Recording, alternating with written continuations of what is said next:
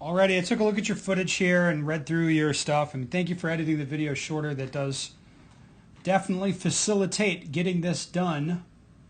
I'll address your practice questions at the end. And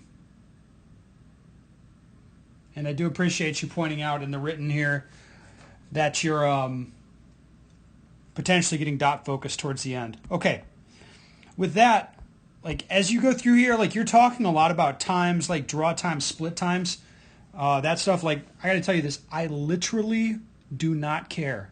I don't care. For this drill, I don't fucking care. I get the impression that you're paying a lot of attention to that stuff. You should probably stop. All I want you to do is like get in the habit of look at a spot. So this is your A zone. You're going to look at a spot in the center. You know, dot comes there. Boom, boom, boom. You shoot in time with what the dot tells you. It's that simple. Like the sight's going to tell you what to do. So when I'm watching your gun, I want to see it go off, and then as soon as it's stabilizing, meaning you're visually getting the feedback, like, hey, that gun's lined up, I want you to shoot again straight away. That's what I want, okay? Again, in terms of the practicality of the accuracy, I don't make speed up, slow down really a part of my thinking on this one, especially not anymore. I just don't think it's helpful. Your focus should just be on your grip pressure, okay? And as I watch you do this, what I'm looking for here is that the gun tracks up and down straight away. Up, down, and it's not going with that muzzle wobble at the end. We're not seeing that. Anyway, so I'm just watching the gun track here. Does it look like you're shooting when the sights come down? Are you very apparently like cranking down on the gun, influencing anything, doing anything you shouldn't do? Not really. Doesn't really seem that apparent. All right, then go look at the target. Okay, you reported like these two are from the first string. Okay, so I look at this. I'm like, yeah, fine. You understand what's happening. You saw and felt this happen. You adjusted your grip tension. You adjusted the grip pressure, and then you carried on with the training. So it's like, in this sense, you're doing the drill correctly, and you're doing what I want you to do. You're doing what you should be doing. And as you back up, it gets harder and harder, and you just kind of like keep refining it more and seeing how the dot's tracking and all that shit. And you seemed really hip to that. You seemed like you understood, you know, at least what you thought was happening, and you're working through it the whole time. Again, I don't give a shit about the times, and you shouldn't either. I think that's going to make your analysis easier and get you focused more on your grip. I want you to learn your grip as you're doing this drill. Even if your draw is 2 seconds, you learn what it ought to feel like, and then you can focus and dry fire on getting on that grip faster. That's fine. Part of the challenge for shooting is that you're getting in the habit of driving your vision onto a spot. This green dot here, it's fine, but you're going to have to learn to shoot without the green dot. Okay? So I would not be using that. That's just me. Okay, and then as we carried on, you move back. I don't see anything really dramatic or apparent in the footage here.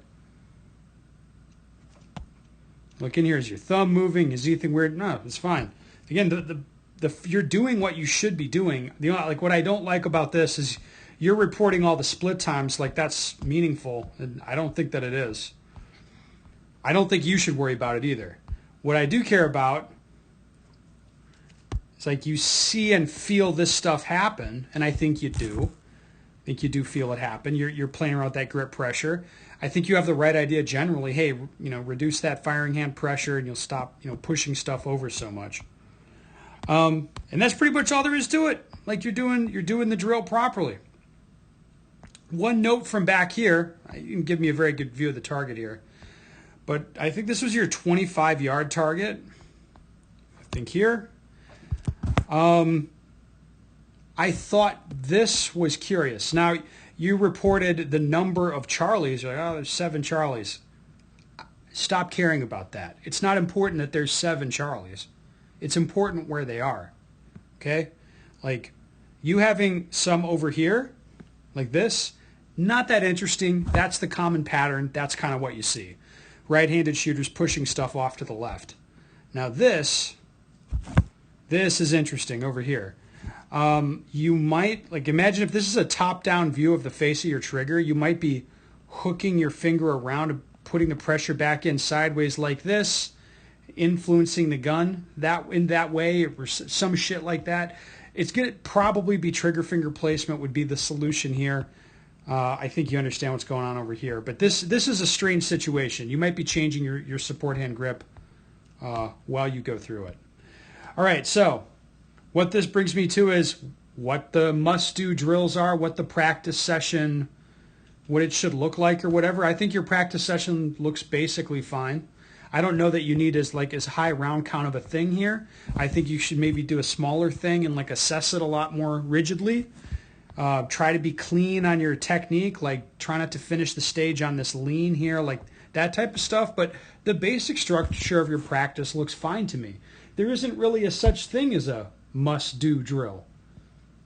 There isn't a thing like that. I mean, you're just going to have to keep working on in rotation, target transitions, marksmanship fundamentals, and so on and so forth, systematically working on all sorts of stuff. So you mean basically the structure of your practice looks fine to me. I wouldn't worry about that.